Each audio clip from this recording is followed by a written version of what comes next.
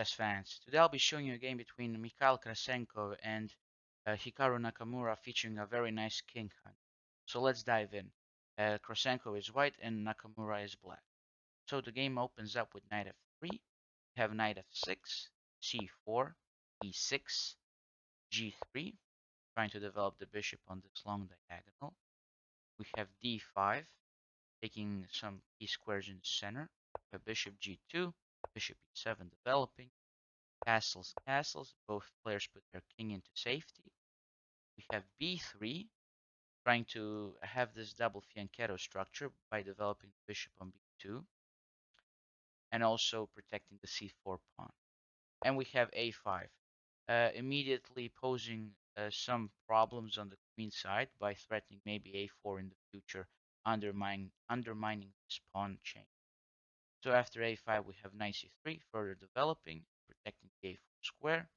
We have c6, solidifying the center. We have d4 and knight bd7, just develop.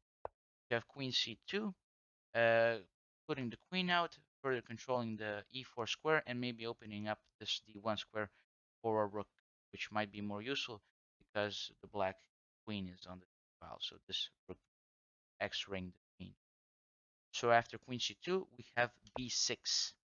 The idea of b6 is obviously to develop this bishop on this a6 diagonal where we create and exert a lot of pressure. Okay, after b6 we have e4 as planned and bishop a6. Notice that in this position Hikaru doesn't touch any of his pieces in the center, and this is very instructive. So there's this term in chess called tension, and the rule sort of is to keep the tension. So the tension in chess is a situation in which you can capture your opponent's pieces and pawns. So for example, in this position, black can take either on e4 or c4, but he chooses not to do it because that way he would release the tension. For example, if you take here on e4, you've lost the entire pressure in this position. Your pawn on d5 was pressuring the e4 square and the c4 square, but now this pawn is very well protected. But for example, if you don't take, then this knight cannot move because this pawn would be hanging. That's the type of thing you should be looking out for when keeping tension. So we have bishop a6, putting more pressure on the c4 pawn, and we have knight d2, defending this pawn and also opening up this bishop. We have c5, now increasing the tension in the center. Now there's more opportunities for each side to take. So c5 is a very instructive move. After c5, we have e takes d5 and c takes d4, attacking the knight. After c takes d4, we have knight d5, moving the knight from attack, and also sort of provoking Nakamura to take it. Nakamura doesn't take it because if he were to take this, then we might enter some complications after d takes e6, attacking both the knight and the rook, and the bishop is also hanging. So Nakamura wanted to avoid this. So after knight b5, we have e takes d5, simply taking, and we have knight takes d4. And in this position, this bishop really is really annoying because it eyes this rook on a8. Therefore, we have rook c8, moving the rook from this diagonal and also pinning the c4 pawn. And as you can see, this c4 pawn is under a lot of pressure. We're attacking it 3 times, and it's also pinned. So let's see what white does. White plays rook e1, which is not that good of a move because it uh, unprotects the f2 pawn, which we'll see later is very important. But the point of this move is to put pressure on the e7 bishop. After rook e1, we have b5. And this is a very simple move to find. The idea is to put pressure on the pinned piece. So that's almost always an idea in chess. So pressure the pinned pieces.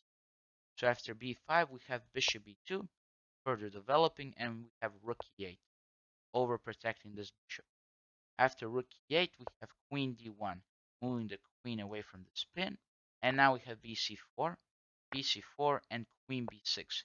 Notice that you cannot take this pawn immediately because of knight c6, and you will be dropping your bishop. When the queen moves, why would you just take the bishop? So you cannot take on c4. Therefore, we have queen b6, protecting the c4 square and also attacking the b2 bishop. So it's a very useful move. After queen b6, we have rook b1, protecting the bishop and also x-raying the queen. So after rook b1, Hikaru ignores this, and we have d takes c4. And in this position, black is up a pawn, but white has a devilish idea set up. He plays knight c6, attacking this bishop. After knight c6, this might look like a bad move because of rook takes c6, but the idea is to play bishop f6 and to attack the queen. But Krasenkow overlooked one factor in this position. He didn't see that Hikaru has a brilliant move. So if you want to try yourself out, you can pause the video right here and try to figure out what the best move in this position is. So Hikaru in this position played the insane queen f2, sacrificing his queen. But it's not really a sacrifice, it's just the beginning of a mating attack. So this queen must be captured. If it is not captured, for example, if we have king h1, then Hikaru would play a rook f6, sorry, and he would be up a piece. And if you try something like knight e4, forking these two pieces, the black queen would just go back, and these exchanges, black would have two pieces for a rook and a dominating position. So that's why in this position after queen f2, white took. We have king f2, and now let's see how Hikaru finished this off. So we have bishop c5 check, cutting off the retreat square from the king, and the king has to go up the board. If the king retreats to f1, we would have simply c3 discover check, and white would have to sacrifice a lot of material to, and he would be losing. So after bishop c5, we have king f3, going up the plank, going up the board. So after king f3, we have rook f6, check. The king has only one square, we have king g4, and now we have knight e5, check. The king has to go up, so we have king g5, and in this position, we have rook g6, check.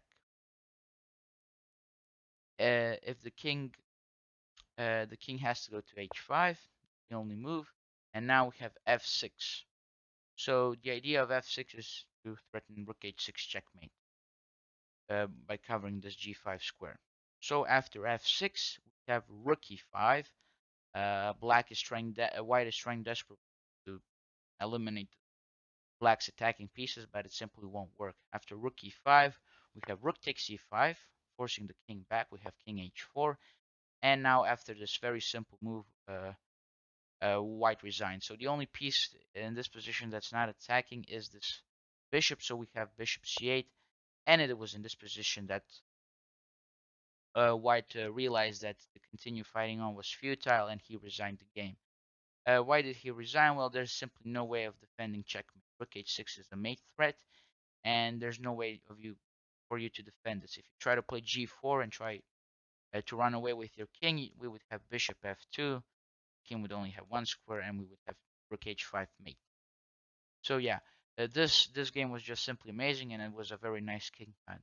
And I hope you enjoyed it. See you later.